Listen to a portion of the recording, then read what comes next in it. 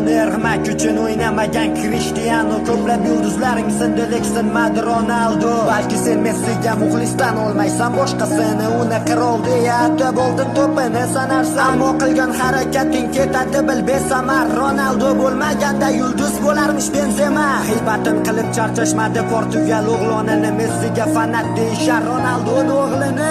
Har daqiqa har soniyada to'xtamadi, yugurishdan kibrga bo'lmadi do'st, nochorlarga berdi yordam. Ronaldoni yomon deding, kulganing rost ustidan. Unda nega yaxshiliklarini chiqardingiz?